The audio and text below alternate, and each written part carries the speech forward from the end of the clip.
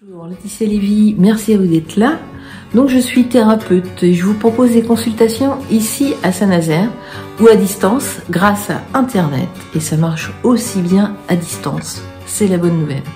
Je vous remercie toujours de liker, de vous abonner, merci infiniment, cela encourage mon travail. Peut-on dire que notre enfance nous détermine? C'est clair que le départ dans l'existence est important. C'est clair qu'il y a des événements dans notre vie qui ne sont pas sans conséquences. Par exemple, lorsque l'on rentre dans l'existence et qu'on est directement mis en couveuse, quand on manque de mourir à sa naissance, quand on a subi un ou plusieurs accidents dans son enfance, quand on a eu des parents complètement dysfonctionnels. Est-ce que pour autant on peut dire que notre vie est vouée à être malheureuse? J'ai pas été désirée, j'ai failli mourir à ma naissance. Mes parents m'ont rejeté, m'ont jamais considéré, j'ai été battue.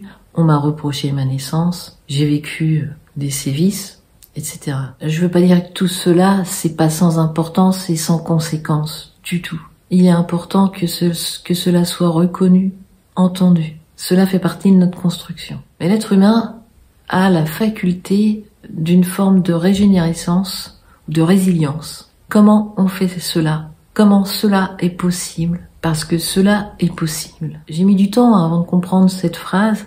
C'est le seul, le vrai, l'unique voyage est de changer de regard.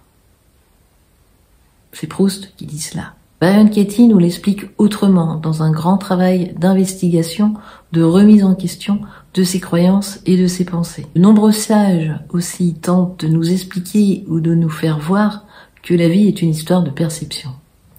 Et oui, et si la clé de la sortie, si la clé du bonheur était là. C'est toujours ce que je vous propose lors de mes accompagnements. C'est d'arriver à vous faire voir, d'arriver à vous réattribuer votre vie, votre joie, votre estime, votre confiance. J'ai moi-même cru toute ma vie que j'étais vouée à souffrir, ou à être plus ou moins dans un mal-être, un malaise. Et non, ce n'est pas une fatalité, quoi qu'on ait vécu. Comment est-ce que l'on fait cela? Comment est-ce que l'on arrive à switcher? Edgar Tolle vous dirait que la porte d'entrée est le moment présent. Parce que quoi que j'ai vécu, aujourd'hui, là, maintenant, tout de suite, c'est ma vie m'appartient. Mon état d'esprit, mon état de pensée, mes croyances, j'ai la main là-dessus. C'est petit à petit, progressivement. Qu'est-ce que je mets en place aujourd'hui pour bien me traiter, pour avoir un minimum d'espace, de bien-être, d'être heureux, heureuse. Qu'est-ce que je peux mettre en place aujourd'hui pour avoir un petit peu d'air, un petit peu de bonheur, juste là, maintenant et tous les jours? En fait, l'idée, c'est de se réattribuer sa valeur, de restaurer l'estime de soi, de prendre confiance en soi, progressivement, à l'endroit où on est, tranquillement, de se dire qu'à partir d'aujourd'hui, c'est ce que je vais mettre en œuvre. Et vous allez voir que ça marche. Patience, persévérance, indulgence. En fait, c'est vraiment de comprendre que moi, aujourd'hui, je suis acteur, en fait, de ce que je génère à l'intérieur de moi.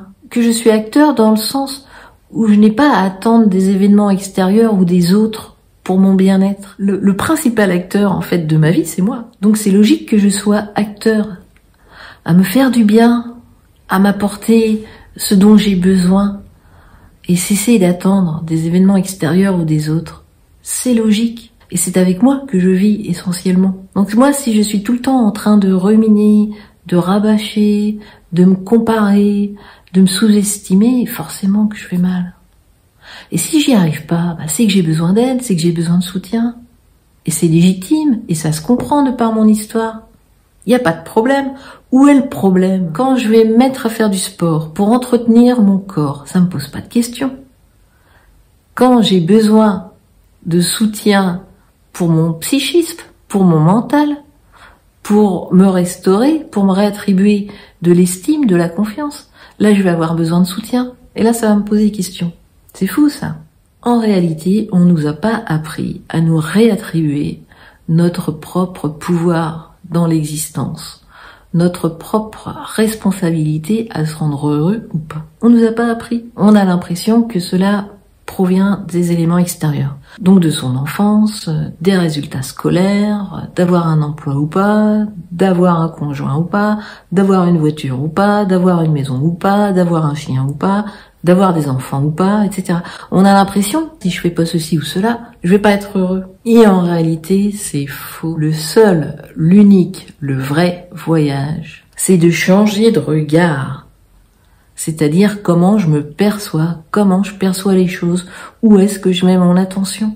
Et ça prend. Ça demande du temps. Mais quelle valeur je me donne? On n'est pas du tout éduqué à ça. Ça nous pose aucun problème sur les apparences extérieures. Mais sur l'intérieur, ça nous pose question. Donc je suis là, aujourd'hui, pour vous dire que c'est possible d'aller mieux, de se sentir bien, de plus avoir l'impression d'être sur pilote automatique dans sa vie, de plus avoir l'impression de se traîner ou de passer à côté. Je vous remercie pour votre attention, c'est déjà énorme que vous soyez là. N'hésitez pas à me laisser des commentaires et à prendre un rendez-vous avec moi quand le moment sera venu pour vous. Prenez grand soin de vous, vous êtes la personne la plus importante.